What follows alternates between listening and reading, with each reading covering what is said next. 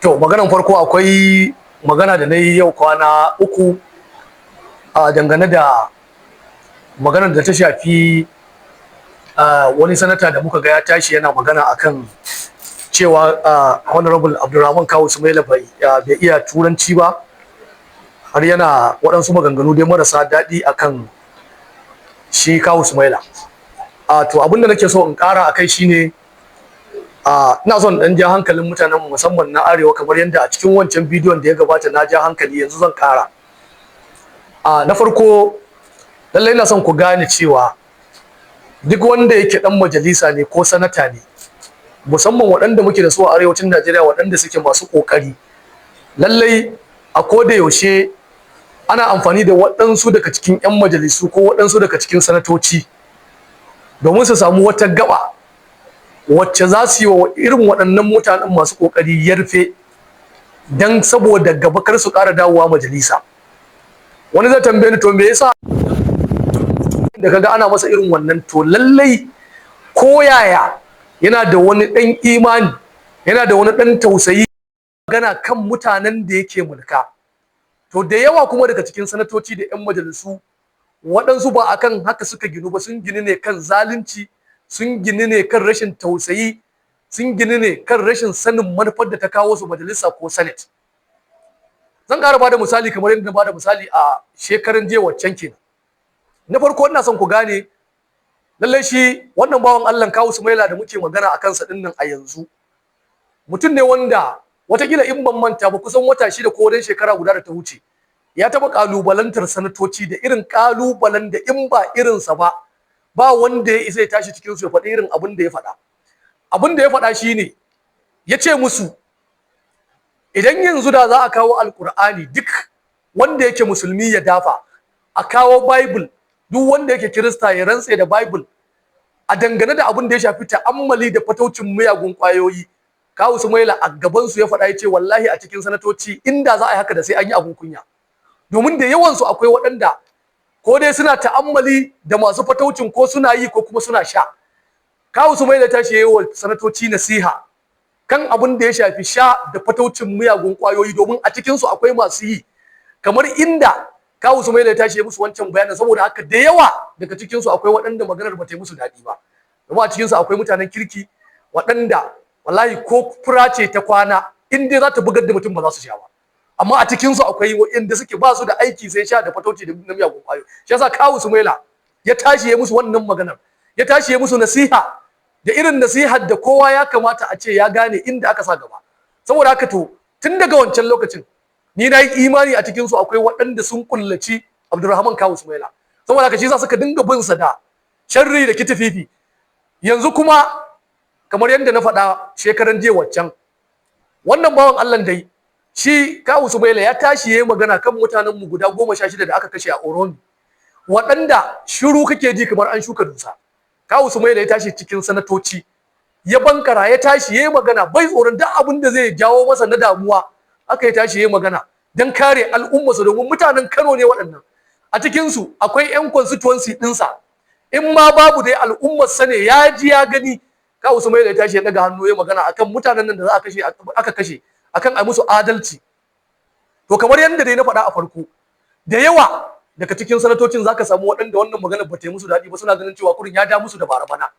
Saboda haka wannan maganar bayan ya gama ta da 'yan kwanaki kuma wai an zo ana tuhumar sa akan cewa wai turancinsa ma ba yi da kwalitin da ya kamata a ce wai sanata ne ke irin wannan turancin.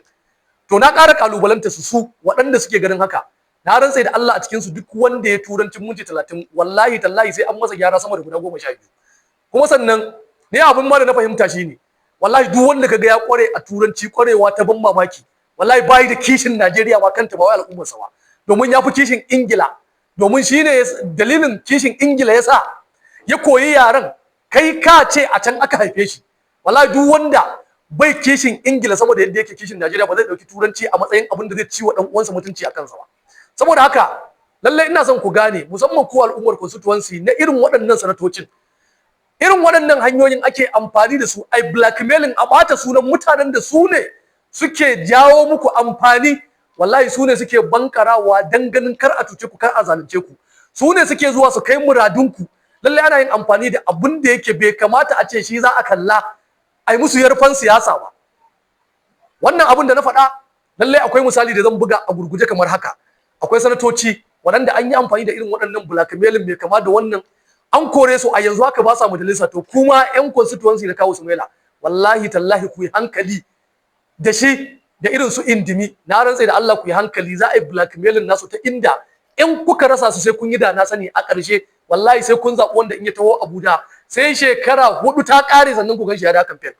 Ga sanatocin da aka yi wa irin abin da kwatankwacin irin yarfan da aka yi wa kawo Sumaila, ga su zan kawo su kamar haka. Na farko, kafin sanatoci akwai 'yan majalisu guda biyu. Ɗaya Allah ya masa rasuwa kuma ya taɓa yin shugaban majalisa, shine Honorable Gali Umar na Abba. Kamar yadda kowa ya sani, Gali na Abba an yi rikici da shi akan tazarcen Obasanjo, kuma sai da ya ga tazarcen nan bata kai gaci ba, sai da ya damfara Obasanjo da ƙasa. Obasanjo a lokacin ya masa diyar banda zai iya masa, ya amfani da damarsa, sai da ya ga Gali na Abba ya faɗi zaɓe. Kun ga ɗaya kenan. Bayan wannan, a yanzu haka presently Galu guda duka zaure, saboda tsabar an raina 'yan arewa, an raina mana hankali. Duk irin kokarin da yawa 'yan constituency dinsa, wai a yau an waye gari ana tuhumar Nuhu guda duka zaure da naira miliyan 70, wacce take ko normal dan majalisar jiha baka zuwa ka bincike shi kan miliyan 70. In dai har a Najeriyance ne a halin da muke ciki, kamar yanda na kawo misalai ga waɗanda sun ci biliyan 100 da biliyan 80 suna nan suna yawo, amma guda duka zaure a yau an kama shi akan naira miliyan ba biliyan ba miliyan 70, wai an bashi kyautar ta, wai cin hanci ne. Bayan Nuhu guda duka zaure, kaga waɗannan guda biyu duka 'yan majalisu ne. Sai sanata Abubakar Bakola Saraki, wanda kowa ya ga irin yadda aka dinga bugawa da Bakola Saraki zamanin Buhari, ya hana federal government sakat in ta kawo abin da yake ba daidai ba zai ce bai yadda ba. Akan wannan suka rantsa sai da suka kada Bakola Saraki. Bayan Bakola Saraki ba su tsaya nan ba, sai da suka ga Dino Malaye bai dawo majalisa, bai dawo senate ba. Dino Malaye kowa ya sani mai kokari ne, dan adawa ne na kirki, wanda ba a isa a kawo abin da ba daidai ba majalisa. In dai yana nan, wallahi sai yayi magana, kuma sai ya tashi ya ce bai yadda ba, sai ya adawa da wannan. Dala dan karkato mun fankan nan, sai ya tashi ya adawa da wannan, sai ya tashi ya magana. To wannan ta sa shi ma Dino Malaye sai da suka ga baya sanin. A yanzu su ƴan constituency na Dino Malaye, wallahi ni na san sun yi da na sanin kin zabar Dino Malaye saboda an mai yarfan siyasa. Bayan Dino Malaye akwai Ali Indumi, wanda shi ma ana nan ana bugawa da shi, suna ce yana cewa a'a. Bayan shi sai Abdul Ningi, wanda yayi magana kan cushe da aka yi cikin budget wanda ya wuce. Abdul Ningi kowa ya gani har dakatar da shi aka yi saboda irin waɗannan abubuwan ne, ya bayyana abubuwa. To sai na ƙarshe, shi wannan bawan Allah da muke magana kansa shine Abdurrahman Kawu Sumaila, yanzu shi ma yana cikin sanatocin da an sa musu kahon zukatun da kaji an fara irin wannan. To wallahi tallahi muna jan hankalin musamman mutanen mu na arewa da kuma ƴan constituency da irin su Kawu Sumaila. Wallahi adawar siyasa ba za a hana ku ba, amma ku sani kar adawar siyasa ta sa ku yi baya ba zani. Waɗanda ya kamata ku mara wa baya, ku ki mara musu baya, a wayi gari ku je ku zaɓi waɗanda in sun zo Abuja na rantse da Allah ba ku ƙara ganin su. Domin waɗannan mutane ne masu ƙoƙari, mutane ne waɗanda mu ba za mu fasa yaba musu ba, kamar yadda duk cikin su duk wanda ya ba daidai ba muna fita mu nuna shi mu ce yayi ba daidai ba. Saboda haka da wannan lalle muke jan hankali ga ƴan constituency na irin waɗannan mutanen, na su bu a hankali. Wallahi summa tallahi idan kuka kuskura aka yi yarfan siyasa, kuka gamsu aka yi muku waje da su, wallahi sai kun yi da na sani, sai kun ciji ƴan yatsan ku gaba ki daya. Saboda haka da wannan muke muku nasiha da ku ji tsoron Allah, kar gaban siyasa ta sanya ku yi irin wannan abun na a ce a haihuwar guzuma, an gane ko, gabaki daya ya kwance uwa kwance. Wannan kenan.